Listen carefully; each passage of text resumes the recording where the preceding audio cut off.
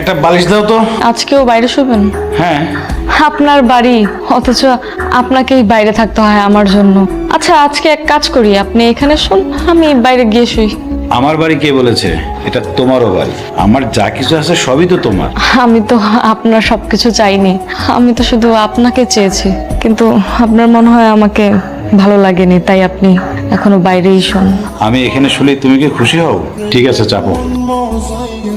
আপনি সারাদিন অনেক কষ্ট করেন, তাই না? দুনিয়াটাই একটা যুদ্ধক্ষেত্র, প্রতিনিয়তই যুদ্ধ করতে হয়। আমি যেমন বাইরের দুনিয়ায় যুদ্ধ করি, তোমাকেও তেমনি বাসার মধ্যে যুদ্ধ করতে হবে। কি ভাবছো আমি তোমার মনের কথা জানলাম কিভাবে? আমি আমার বাবা মা বোন সবাইকেই চিনি।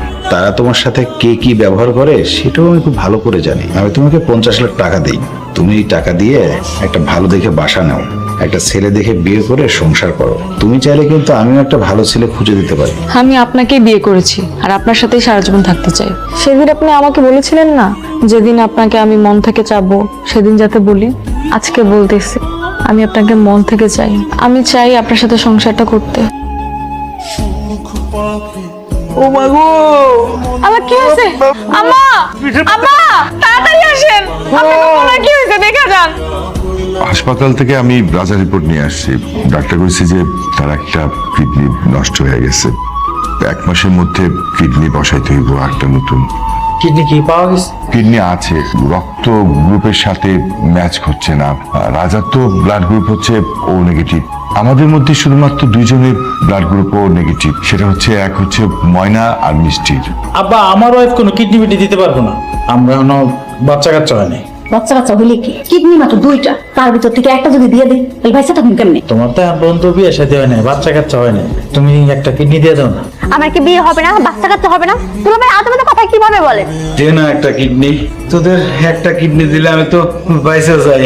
আব্বা আম্মা কোন ওর একটা কিডনি দিতে। আমাদের ভবিষ্যৎ নেই, তোমার একটা কিডনি দিয়া আমাদের ভবিষ্যৎ আমরা নষ্ট করতে পারবো না।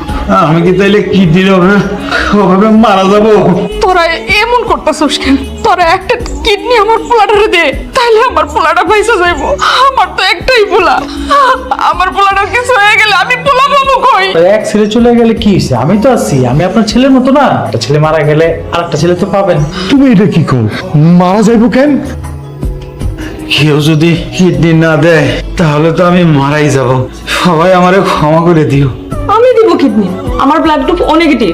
আর এই মেয়ে বলে কি, সে কেন কিডনি দিবে? কারণ লোকটা আমার স্বামী, আমার 2টা কিডনি থাকতে সে কিডনির অভাবে মারা যাবে, এটা কখনো হইতে পারে না। কিডনি দিলে কিন্তু তোমার অনেক বড় ক্ষতি হইতে পারে। বাইসে থাকবা কিন্তু স্বাভাবিক জীবনযাপন করতে হয়তো পারবা না। তোমারে কিডনি দিয়ে আমি যদি মারাও যাই তাতেও আমার কোনো আফসোস নাই। আরে স্বামীরে কিডনি দিতে যায় স্ত্রী যদি মারাও যায়, সেটা তো সৌভাগ্যের বিষয়।